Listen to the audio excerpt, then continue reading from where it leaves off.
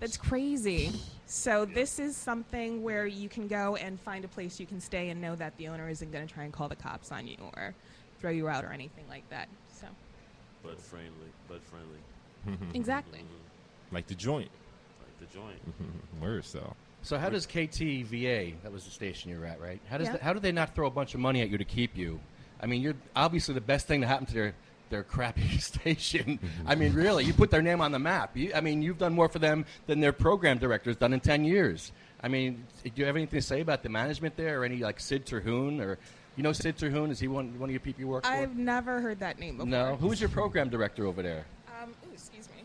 We had, sorry, I'm wearing this brace right now. My back is really killing me, so you guys are going to have to... We're all patients here, so we understand. Okay, Well, so... we got a lot of medicine. Yeah. Yeah, we got that too. No, this is the first time we've seen dabs in a while here. I wasn't sure if anyone knew they existed on the East Coast. I was a little worried. Wow, okay. Please. Yeah. Came to the right place. Not called Fully Baked for no reason.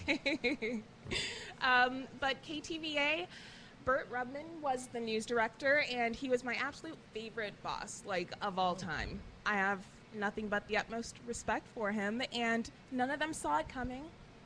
None of them knew. So you like this guy? Yeah, he was a great boss. So what do you do to the people you don't like? Well, the thing with this is it was just something that had to be done. I mean, at the end of the day, it was people's lives at stake or me staying on a job. Yeah. Just a job. Did you plan it? Like, did you plan, I'm going to quit on the air? Yeah. You did? Okay. How long you planned that for? Because you had the whole cannabis club, and you were in the backgrounds of that, correct? Yeah, for like 8 months. Oh, wow. But I had planned it, like, right when we started up. I knew that I was going to have to step away from it because the demand and the need in the area was just that great, like, right off the bat. Really? You didn't tell none of your co-hosts. Absolutely not. She looked like dumb as fuck. Okay, and we're back to the news. That was awesome. That was amazing. That was like the icing on the cake. Like, that took it, like, uber viral. That was great. I know. Definitely. But she was a prohibitionist anyway. Yeah. And she was just... So were you, like... So whatever. Were you ever on the scene prior to that coming out? Like, were you ever, like, out there fighting on the scenes, an activist, prohibition? You're not allowed to as a journalist. Oh, wow. Did you ever, like, try to request those stories? Like, hey, you guys hear about this cannabis story over here? Try to broadcast it? Well, I was the How'd that go? You were the weed reporter? I was the weed reporter. I was the crime and courts reporter, and the weed beat just fell into my lap because we had legalization looming, and they lumped it up with crime. So that's where I actually started learning about all the patients and everything and getting a better understanding for just what was going on. What kind of patients are you seeing out there? All kinds. I was actually introduced to one. He's not a member of the club, but I was at a Costco a few weeks back, and this guy just walks up to me, and he's like, me and my son, he's a medical marijuana patient registered with the state. He's 8 years old, and we just want to thank you for everything it is that you're doing. So it's everyone from all ages, all backgrounds, all different medical conditions. So, according to the laws over in Alaska, you guys can't sell or anything like that. How do you go about helping out those patients out there? What we do is we provide a safe access point. You're not allowed to sell it, but you are allowed to share it. So we connect patients in need to patients with green. Just like a barter system, kind of. Something along those lines, but we don't get into details. You got to become a member of the collective, right? You got to. Yeah. Absolutely. That's how it works. That's how to get the money. Smart. So, yeah. Wish we had something like that here in Jersey. How much does medicine cost in Alaska? Just out of curiosity. What per pound? What does an eighth cost here? I don't know. The lowest we can get is like here? a quarter. 40. It's That's about that. price. Yeah. Yeah. For some good. For some decent. Yeah. We don't really have bad. How is the stuff in bud out Alaska. there? It's great. Yeah. Yeah, you can't really grow it outdoors or anything like that because it's freezing. So it's all indoor, mostly hydroponic. And people pay a lot of attention to their plants. Now, with the name like Charlo Greene, you ever thought about starting your own strain? I've been approached, but no. No, Not myself. I'm not yet. gonna like breed and like. Oh, of course 'cause not. gotta You find dedicate, other people like, to do all the hard work. Exactly. So when I find one that I really like, I'll sign off on it. Hell yeah. No, you get That Alaska right. Thunderfuck going. I hear it's not there you anymore. get it cross. I hear, You do a couple crossbreeds and create your own strain. Well, what are you? You No, offering? I'm not a weed scientist. You offering? not a weed science. No, I'm it's just a weed saying. grower. I know you can't create your own strain. You but heard it it, takes heard it here on takes a Fully few- Baked Radio. Takes a few crossbreeds. Ed's though. going to create the Charlo Greene strain. I can't grow here. You can't grow here. You know, So what it's- are the it's laws like amazing. here? Oh, it's draconian, and we have Chris Christie, who's my arch nemesis. That's right. Yeah, I've been watching. Well, you're wearing a bracelet that shows Jackson Storms. He's an American refugee. I'm wearing a bracelet that shows a girl who died waiting for her marijuana in Jersey. So, yeah, our program's pretty broken when kids are American refugees. It's ridiculous. I know 3 personally that have moved to Colorado, to Maine, with Vivian Wilson. Sarah went to Maine. Ricardo's there now as we speak. Yeah, It's sad. exactly. It's sad. You for real? So Do you see a lot of kids out there like suffering? Because it's horrible. It's horrible what I'm saying. We have, even though we do have legalized recreational marijuana and medical back in 1998, we still have this crazy stigma up there.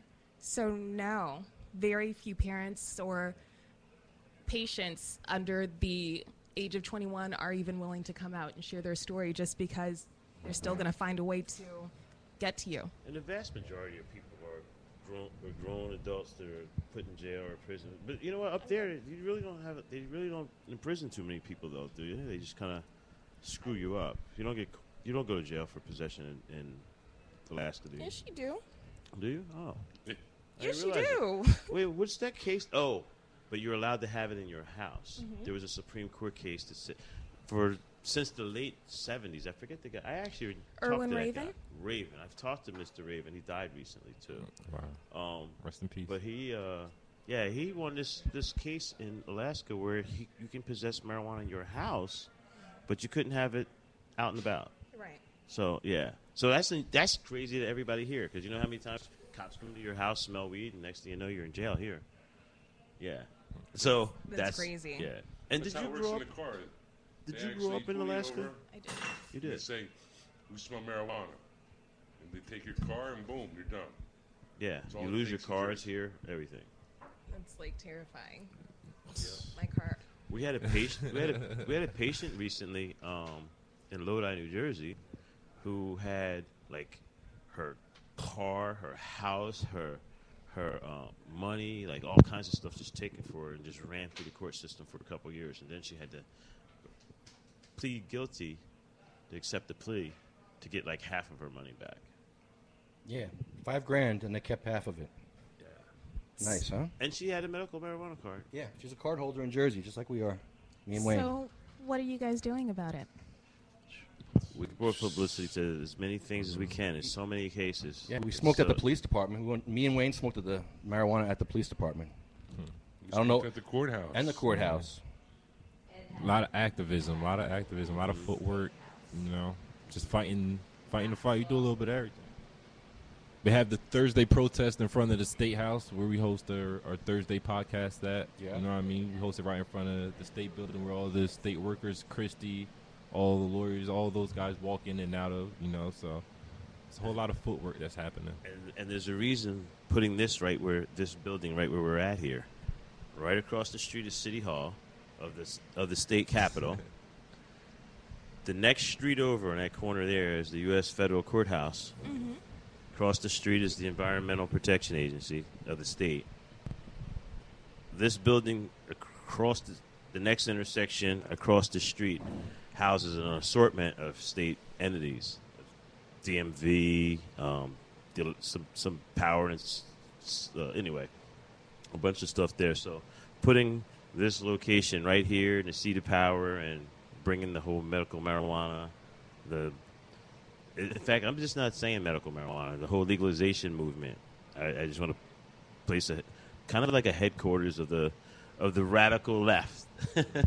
We're the radical ones, the loose cannons. I get called all those type of names, and I could never get involved in none of the big organizations. The glass ceiling, the glass ceiling in the movement. I always contributed to, but either way, that's what this is about here, doing this. Definitely. Yeah. So. Cool. Since you asked, what were we doing? Mm-hmm. There's a whole bunch of things. We got a list of things. We've actually been doing a lot lately. I think between this group and the different people we're all networked with now, all the news media is definitely on our side. It seems like medical marijuana would happen here like that if we were allowed to vote here. We're Why not aren't you allowed allowed to to vote. vote? Because New Jersey's not it's called an initiative state. We're not an initiative state like most Western states are. In fact, most of the original 13 colonies, all the original 13 colonies aren't initiative states. So how does something become a law? How do you guys change stuff? Only if the governor appoints it, puts a question on the ballot, or 2/3 of the state senate have to agree on the wording of one to put one on the state on the ballot. But citizens just can't do it. Like that's what's happened in It's like a mini Colorado, or that's Like what's a mini happened in America. California. That's how those laws We have an assembly. happen. We have a Senate, and a bill has to get approved in the Assembly. Then it goes to the New Jersey Senate, and then Governor Big Boy has to okay it.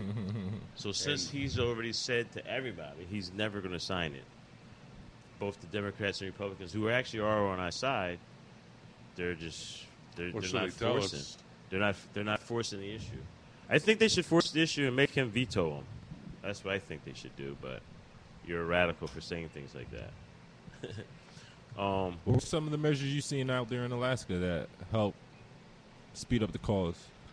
You know, Well, they got the Nothing. vote on it, right? Nothing. they just needed it. We just needed it. and we Tired of voted. being in the dark Well, for no, 6 months. They tried in '98. We legalized medical marijuana. In 2000, I think they had a hemp campaign. In 2004, there was another campaign, and then Were they successful too? No. They weren't. Okay.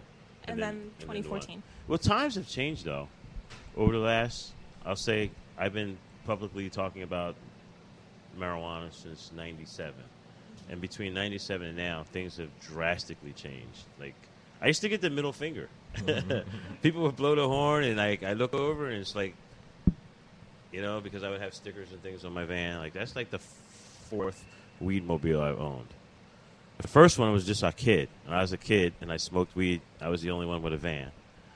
And we called it the Weedmobile, but it had nothing to do with politics. It was just dudes smoking weed in the van and all that. Scooby-Doo and van in it when I was a kid. But I called it the Weedmobile. Then I had 3 of them since then.